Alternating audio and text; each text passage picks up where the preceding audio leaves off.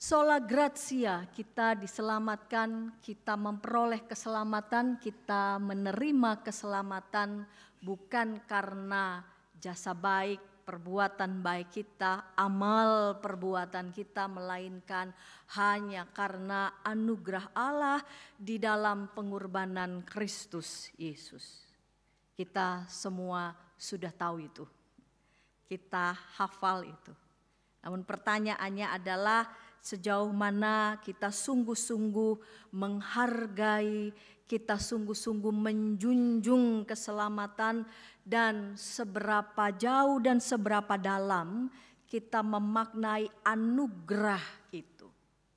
Mari kita memotretnya dalam beberapa bacaan yang tadi kita sudah baca.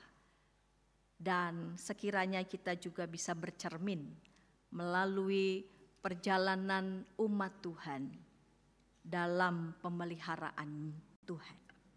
Saudara yang dikasihi Tuhan, dalam Bilangan pasal 21 ayat 4 dan selanjutnya pada bacaan yang pertama, kita di sana menyaksikan bahwa mereka berkata-kata melawan Allah dan Musa. Bukan hal kali pertama ini dalam pembacaan Bilangan, saudara-saudara, umat Tuhan komplain, ya, protes pada Tuhan, apalagi rasanya mending saya tetap berada di Mesir. Setidaknya di Mesir masih dapat makanan yang enak menurut mereka. Bilangan pasal 21 ayat 5, mereka berkata-kata melawan Allah dan Musa. Mengapa kamu memimpin kami keluar dari Mesir supaya kami mati di padang gurun ini? Sebab di sini tidak ada roti dan tidak ada air. Kami muak dengan makanan hambar ini. Dari sini kita, saudara-saudara dan saya, boleh juga bercermin, saudara-saudara, seberapa sering kita sering protes.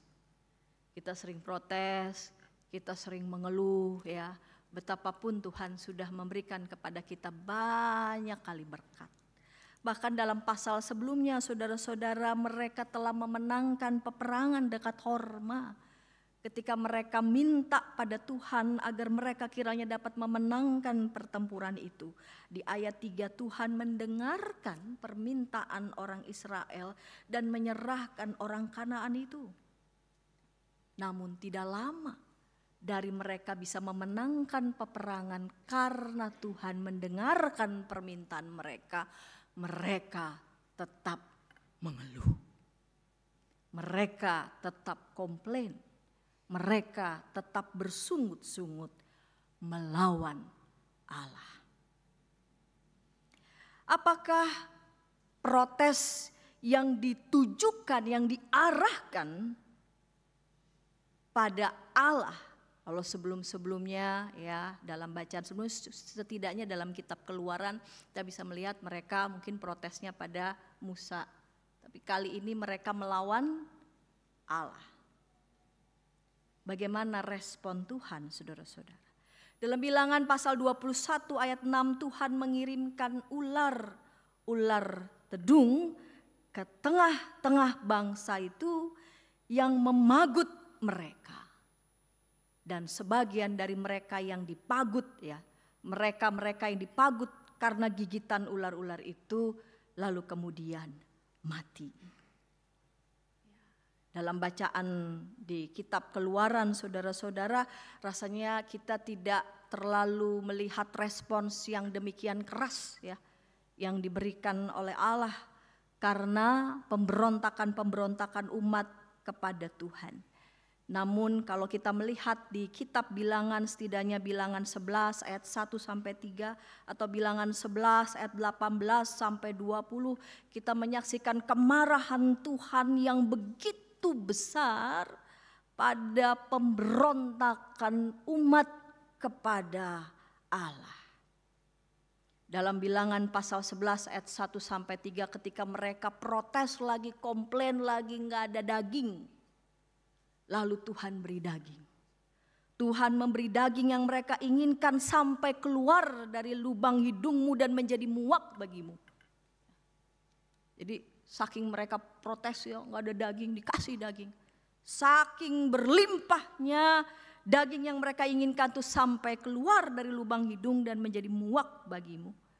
Begitu juga pada Bilangan 14 ayat 30 ketika mereka memberontak pada Tuhan, Tuhan bilang sesungguhnya kamu tidak akan masuk ke negeri yang dengan mengangkat sumpah telah kujanjikan untuk kamu diami kecuali Kaleb dan Yosua. Pasal 21 kita juga melihat ya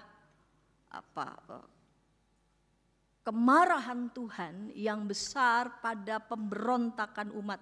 Padahal tadi ya pasal 21 ayat 1 baru saja mereka memenangkan peperangan. Mereka minta pada Tuhan, Tuhan kabulkan. Tidak lama dari itu mereka tetap protes, berontak kepada Tuhan. Seolah-olah jati diri mereka sebagai budak Mesir, budak Firaun itu sukar sekali lepas dari mereka.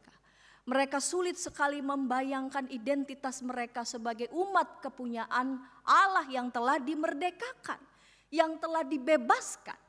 Dan pembebasan yang Allah berikan pada umat sepenuh-penuhnya hanya karena anugerah. Namun rasanya anugerah itu belum kunjung-kunjung dimaknai, dijunjung oleh umat. Jati diri mereka sebagai budak ya, sukar mereka lepaskan. Mereka masih harus terus belajar bagaimana membangun diri sebagai umat yang sudah ditebus, yang sudah dibebaskan oleh Allah. Kita lihat bagaimana respons Musa, saudara-saudara, ketika umat ya yang berontak melawan Allah itu lalu kemudian mati karena dipagut ular tedung. Tidak seperti respons Musa ketika di Keluaran pasal 32 ayat 30 sampai 32 ketika umat pada saat itu membuat ilah dan emas bagi dirinya. Betapa sangat mengecewakan, melukai hati Tuhan. Ya. Dan Allah kecewa atas tindakan itu dan tewaslah 3.000 orang dari bangsa itu. Respons Musa lalu kemudian mohon minta pengampunan pada Tuhan. Musa bahkan mengatakan kiranya engkau mengampuni dosa mereka jika tidak hapuslah kiranya namaku di kitab yang kau tulis. Namun di Bilangan pasal 21 ini kita tidak melihat respons seperti itu yang dilakukan Musa. Kemudian bangsa itu datang kepada Musa dan berkata saking mereka udah takutnya ya. Ini lama-lama kami juga bisa mati karena dipagut ular-ular tedung ini. Dan mereka mengatakan pada Musa, kami telah berdosa sebab kami berkata-kata melawan Tuhan dan engkau. Berdoalah kepada Tuhan supaya ular-ular ini disingkirkannya dari kami. Lalu Musa berdoa untuk bangsa itu. Berfirmanlah Tuhan, buatlah ular tedung dan taruhlah pada sebuah tiang. Setiap orang yang dipagut tetapi melihatnya akan tetap hidup. Lalu Musa membuat ular tembaga dan menaruhnya pada sebuah tiang. Jika seseorang dipagut ular tetapi memandang kepada ular tembaga itu, maka ia tetap hidup. Walaupun saudara-saudara nanti kalau kita perhatikan selanjutnya di kitab 2 Raja-Raja, lalu kemudian Raja Hizkia setelah melakukan reformasi yang sedemikian besar menyaksikan bahwa ular-ular itu ya ular yang dibuat dari tembaga itu lalu kemudian jadi disembah, mereka membakar dupa atasnya lalu kemudian itu dihancurkan karena mereka lalu kemudian menjadi memberhalakan. Dan ular tembaga itu disebut Nehustan. Saudara yang dikasihi Tuhan, mereka berulang memberontak pada Tuhan. Namun betapapun Tuhan marah. Ya, namun Tuhan tidak pernah menginginkan umat yang disayanginya itu binasa. Allah tidak pernah lelah mengampuni umat. Allah tidak pernah lelah mengampuni saya dan saudara. Betapapun kita berulang melukai hati Tuhan. Saudara yang dikasihi Tuhan, tindakan Allah yang terus mengasihi kita dan tidak pernah lelah, tidak pernah bosan memaafkan, mengampuni kita, itu juga menjadi topik percakapan antara Yesus dengan Nikodemus dalam bacaan Injil. Bacaan Injil Yohanes pasal 3 ayat 14 sampai 21 adalah bagian dari percakapan Nikodemus bersama dengan Yesus yang adalah seorang Farisi, seorang pemimpin Yahudi, datang waktu malam pada Yesus, lalu kemudian dia bercakap-cakap, dia berdialog, dia banyak belajar kepada Yesus. Dan dia belajar betapa sangat pentingnya lahir kembali. Di ayat 14 saudara-saudara, sama seperti Musa meninggikan ular di padang gurun, demikian juga anak manusia harus ditinggikan. Lalu kemudian peristiwa itu disandingkan dengan supaya setiap orang yang percaya kepadanya beroleh hidup yang kekal. Karena begitu besar kasih Allah akan dunia ini, sehingga Ia telah mengaruniakan anaknya yang tunggal supaya setiap orang yang percaya kepadanya tidak binasa, melainkan beroleh hidup yang kekal. Sebab Allah mengutus anaknya ke dalam dunia bukan untuk menghakimi dunia, melainkan supaya dunia diselamatkan melalui Dia. Siapa yang percaya memandang pada salib Kristus, salib itu justru menjadi kemuliaan. Anak manusia itu justru ditinggikan melalui kesediaan berkurban untuk menyelamatkan manusia. Salib mendapatkan tempat dan makna yang tinggi. Salib bukan lagi menjadi lambang kutuk, nestapa dan cela, melainkan kemuliaan. Anak manusia itu dimuliakan, ditinggikan justru lewat pengorbanannya di atas kayu salib. Dan bagi setiap mereka yang percaya dan memandang kepadanya, beroleh hidup yang kekal. Dan hidup yang kekal yang dimaksud adalah bukan sekadar tentang hidup di seberang sana. Ada ya lagunya ya, di seberang sana ya, dari NKB. Dalam peristiwa-peristiwa duka kita kerap menyanyikan itu. Hidup kekal bukan sekadar di seberang sana, melainkan hidup kekal berarti kita bersedia menghidupi keselamatan yang Allah berikan. Hidup kekal berarti bersedia menghadirkan kerajaan Allah di tengah-tengah dunia. Efesus pasal 2 ayat 1 sampai 10. Saudara-saudara, menegaskan kembali bahwa kamu dahulu sudah mati karena pelanggaran-pelanggaran dan dosa-dosamu. Kamu hidup di dalamnya karena kamu mengikuti jalan dunia ini. Kamu menaati penguasa kerajaan angkasa, yaitu roh yang sekarang sedang bekerja di antara orang-orang yang tidak taat.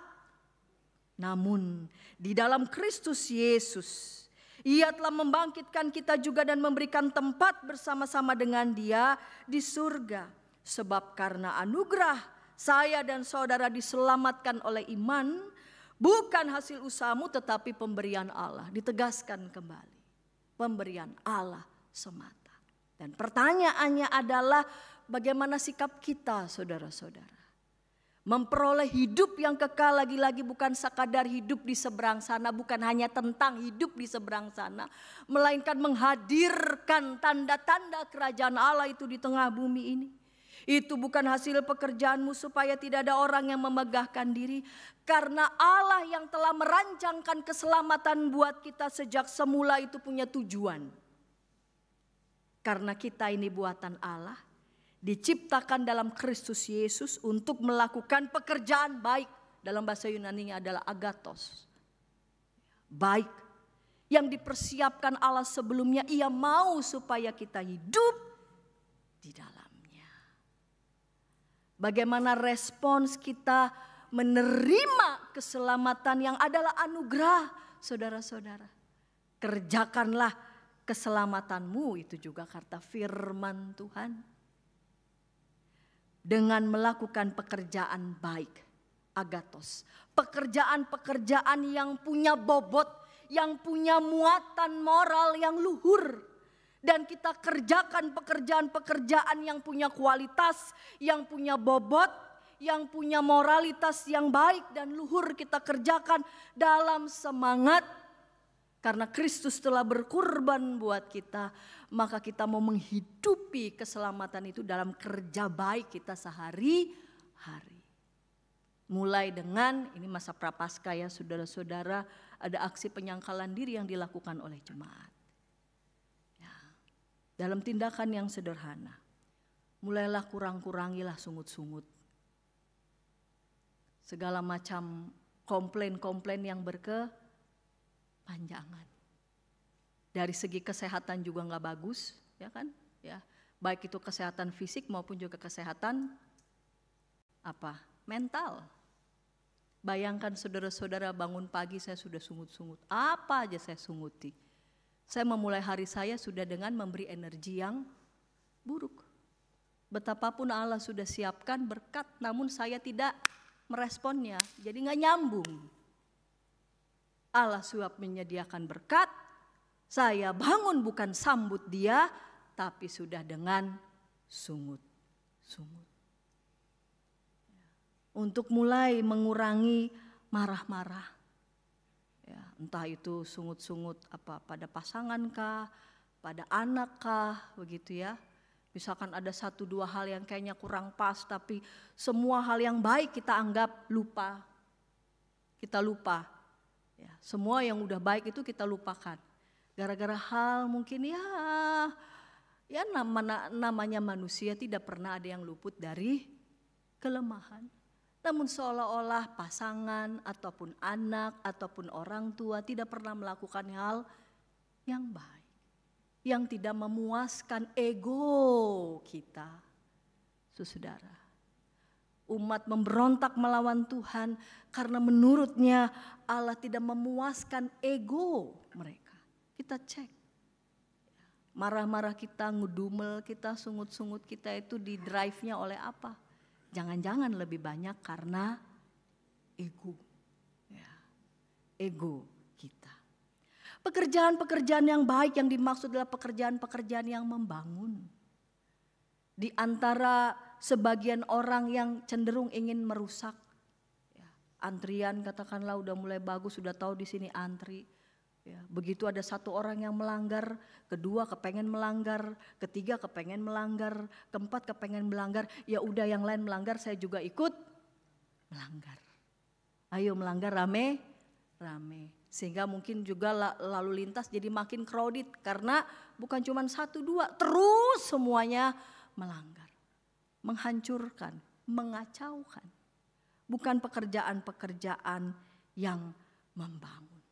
Yang Allah kerjakan adalah karya-karya yang membangun. Lagi-lagi Allah tidak pernah lelah, tidak pernah berhenti memaafkan, mengampuni kita dan memberikan kepada kita ruang untuk terus belajar dan terus membayangkan jati diriku sekarang ini menjadi umat Allah. Anugerahnya itu sudah pulihkan kita.